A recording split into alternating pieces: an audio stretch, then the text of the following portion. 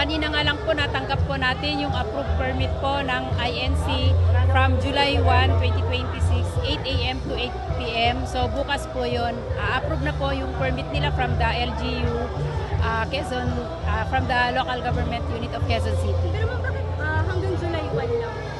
Kasi may mga information sila sabi na 3 days daw, 7 days daw po yung gagawing rally ng INC dito sa Manila. Yes po, nakalagay naman po doon na if ever mag-extend po sila is subject for request ulit and approval of the local government. So, Another may request permit na po. sila ma'am. So ano po yung inaasahan natin sa part naman po ng QCPD? Inaasahan ang QCPT po ay nakahanda naman pong magbantay ulit, ipagpatuloy yung maintenance of peace and order. Lalo na po ngayong may permit nila, meron na pong agreement with the LGU na itong rally na gaganapin nila is peaceful. So ipagpapatuloy po natin yung pagbabantay para mapangalagaan ang kaligtasan ng bawat isa na nandito po ngayon sa Ano po PPM. naman lang yung memorandum of agreement between the QCPD or the QCLGU and the INC?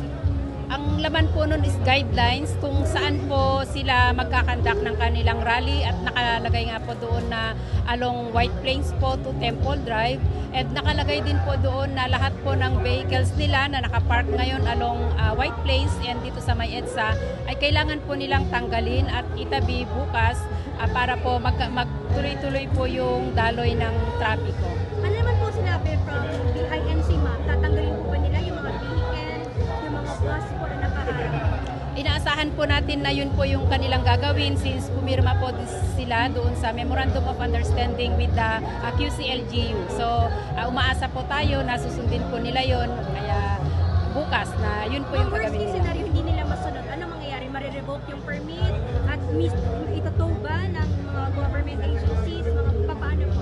Yun po yung nakalagay dun sa permit nila if ever meron pong mga violations dun sa guidelines set during dun sa Memorandum of Understanding is makakancel yung permit nila. Yun po yung agreement with the QCLGU. Bukod dyan ma'am, ano pa po? Possible ba tanggalin yung mga gamit nila? Paano ma'am? Hindi naman po natin pagka hindi pa rin po nila tinanggal ang PNP po, lalo na po ang QCPD implement pa rin po ng maximum tolerance. So kakausapin pa rin po natin sila, makikipag-coordinate hanggang alisin po nila or ipaalala, i-remind sila na kailangang sundin nila kung ano yung nakalagay doon na mga guidelines doon sa permit nila. Ma'am, any update po? Ilan na po yung bilang natin ng mga rallyista po?